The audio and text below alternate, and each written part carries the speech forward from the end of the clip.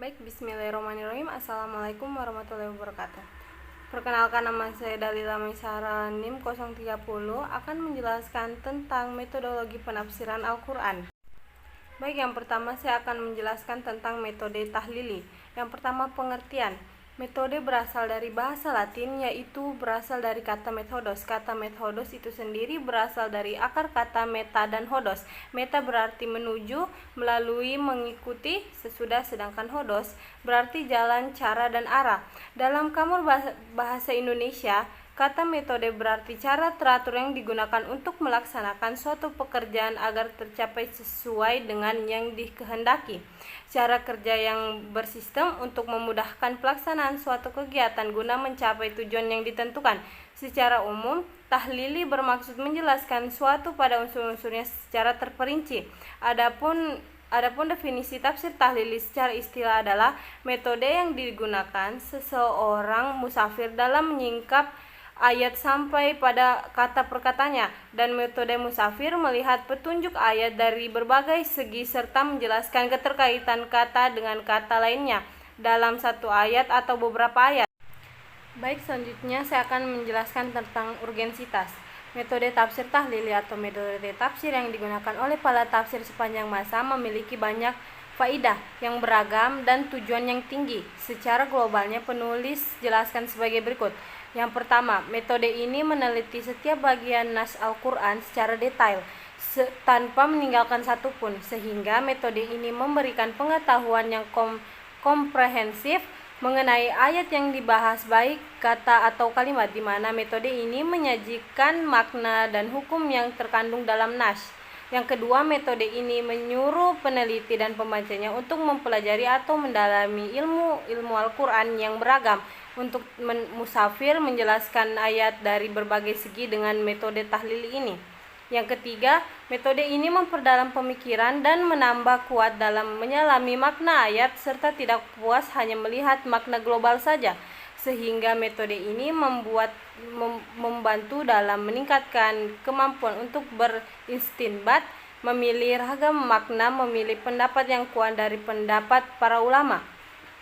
Yang keempat, metode ini seorang alim dapat menggunakan informasi dalam tafsir tahlili menjadi sebuah pembahasan tersendiri, seperti metode tafsir maudhu'i. Oleh karena itu, tafsir tahlili menjadi pengantar atau asas untuk tafsir maudhu'i.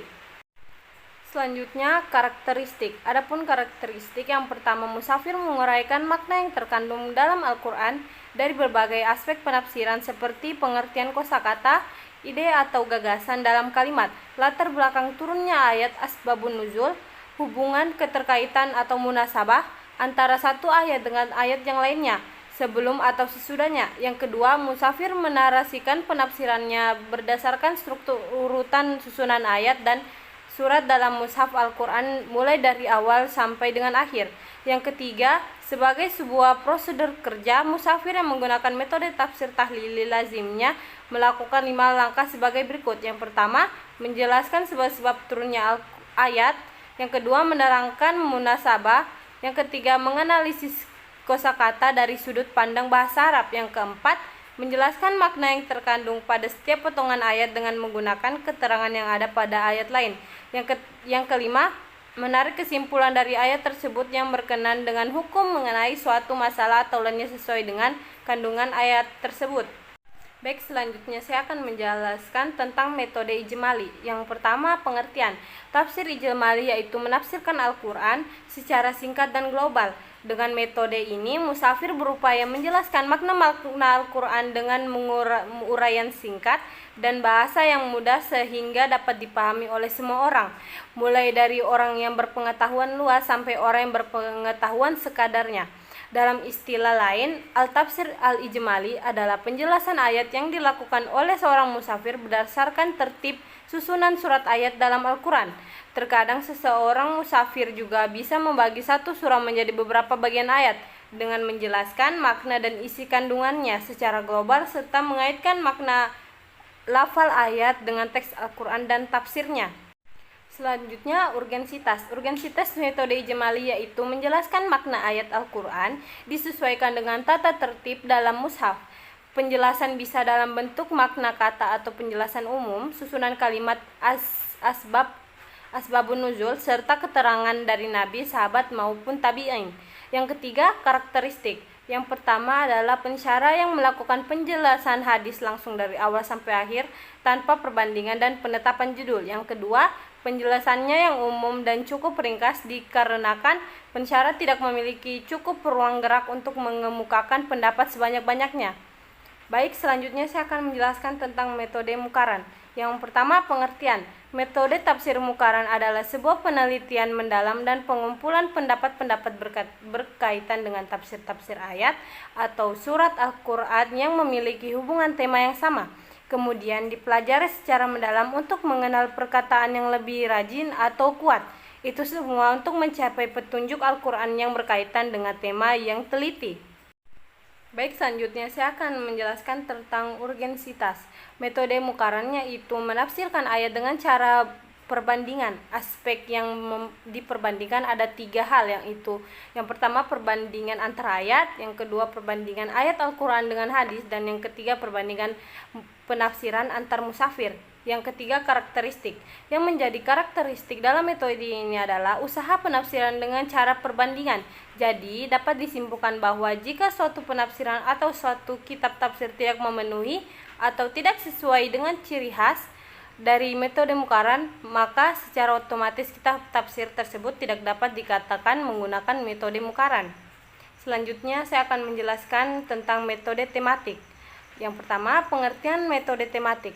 Metode menurut bahasa adalah cara yang telah teratur dan terpikir baik-baik untuk mencapai suatu maksud.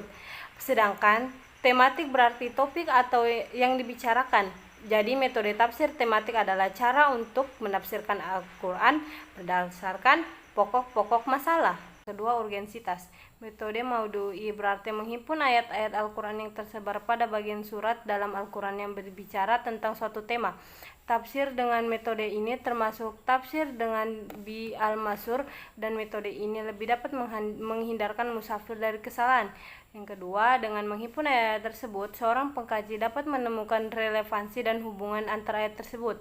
Yang ketiga, dengan metode maudu'i, seorang pengkaji mampu memberikan suatu pemikiran dan jawaban yang utuh dan tuntas tentang suatu tema dengan cara mengetahui, menghubungkan, dan menganalisis secara komprehensif terhadap suatu ayat yang berbicara tentang tema tersebut. Yang keempat, metode maudu'i sesuai dengan perkembangan zaman modern, yang mana terjadi diferensiasi pada tiap-tiap masalah dan masing-masing masalah tersebut. Yang kelima, dengan metode maudu'i, orang dapat mengetahui dengan sempurna muatan materi dan berbagai segi dan sistem tema. Yang keenam, metode maudu'i memungkinkan seseorang pengkaji sampai pada sasaran dari suatu tema dengan arah yang mudah tanpa harus bersusah payah dan menemui kesulitan. Yang ketujuh, metode maudu'i mampu mengantarkan musafir pada suatu maksud dan hakikat suatu masalah dengan cara yang paling mudah. Yang ketiga, karakteristik. Yang pertama, menafsirkan ayat dengan ayat atau hadis Nabi adalah suatu cara terbaik dalam menafsirkan Al-Quran. Yang kedua, kesimpulan yang dapat dihasilkan metode tematik mudah dipahami sebab membawa pembaca untuk petunjuk Al-Quran tanpa mengemukakan berbagai pembahasan terperinci dalam suatu disiplin itu. Yang ketiga, metode ini memungkinkan seseorang untuk menolak anggapan adanya ayat-ayat yang bertentangan dalam Al-Quran, sekaligus membuktikan bahwa Al-Quran sejalan dengan perkembangan ilmu pengetahuan dalam masyarakat. Baik, selanjutnya metode hermentik. Pengertian metode hermentik. Hermentika adalah salah satu jenis filsafat yang mempelajari tentang interpretasi makna. Hermentika merupakan alat-alat yang digunakan terhadap teks dalam menganalisis dan memahami maksud serta menampakkan nilai yang dikandungnya. Kajian hermentika ini dibahas dalam ilmu ad-dakhfil fi at-tafsir yang menghimpun sebuah bentuk-bentuk penafsiran penyimpangan. Yang kedua, urgensitas. Hermentika mulai dikenalkan sebagai sebuah teori untuk menafsirkan Al-Quran oleh ilmuwan muslim yang menempuh pendidikan di barat dengan latar belakang keilmuan yang berbasis liberal serta tidak memenuhi sebuah syarat untuk menjadi seorang musafir. Maka Penafsiran Al-Quran dengan teori hermeneutika menuai sebuah kritikan dalam pengaplikasiannya, karena hukum yang keluar dari sebuah penafsiran tersebut membawa dampak negatif terhadap akidah umat Islam yang sudah tertanam dalam hati umat Islam sejak dulu lamanya. Metode hermeneutika diambil untuk menggantikan atau melengkapi metode tafsir klasik Al-Quran yang selama ratusan tahun telah dikenal dan diterapkan para ulama dalam penafsiran Al-Quran. Selanjutnya, karakteristik yang pertama, hermeneutika menganggap semua teks adalah sama, yang merupakan karya manusia atau diposisikan sebagai karya manusia. Yang kedua, hermeneutika menganggap setiap teks sebagai produk sejarah. Hal tersebut merupakan sebuah asumsi yang mungkin tepat dalam kasus Bible, mengingat sejarahnya yang sangat problematika, namun hal ini tidak berlaku untuk Al-Quran, di mana Al-Quran adalah sebagai tunjukkan kepada seluruh umat manusia. Yang ketiga, hermeneutika menuntut pelakunya untuk menganut relativisme epistemologis. Tidak ada penafsiran yang kebenarannya mutlak, akan tetapi semua bersifat relatif. Yang benar menurut seorang belum tentu benar menurut orang lain, karena kebenaran terikat dengan konteks tertentu. Yang keempat, praktisi hermeneutika dituntut untuk bersikap spektif atau selalu meragukan kebenaran dari manapun datangnya dan terus terperangkap dalam apa yang disebut dengan hermeneutic circle, di mana makna bahasa senantiasa berubah. Kesimpulan, kandungan Al-Quran yang luas dan tinggi membuat para ulama tafsir menggunakan berbagai metode dan corak yang beragam untuk memahaminya. Ada 4 metode yang sering dipergunakan, yaitu metode tafsir tahlili, metode tafsir ijmali, metode tafsir mukaran, dan metode tafsir maudu'i. Metode yang paling populer dari keempat metode tafsir tersebut yang telah disebutkan adalah metode tafsir tahlili dan metode tafsir maudu'i.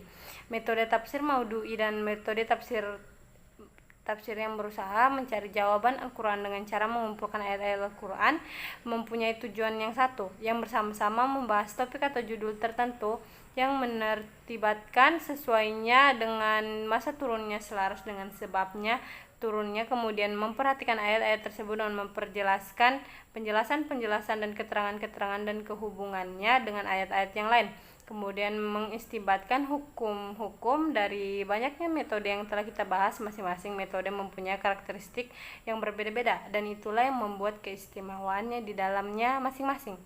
Sekian, syukron, wassalamualaikum warahmatullahi wabarakatuh.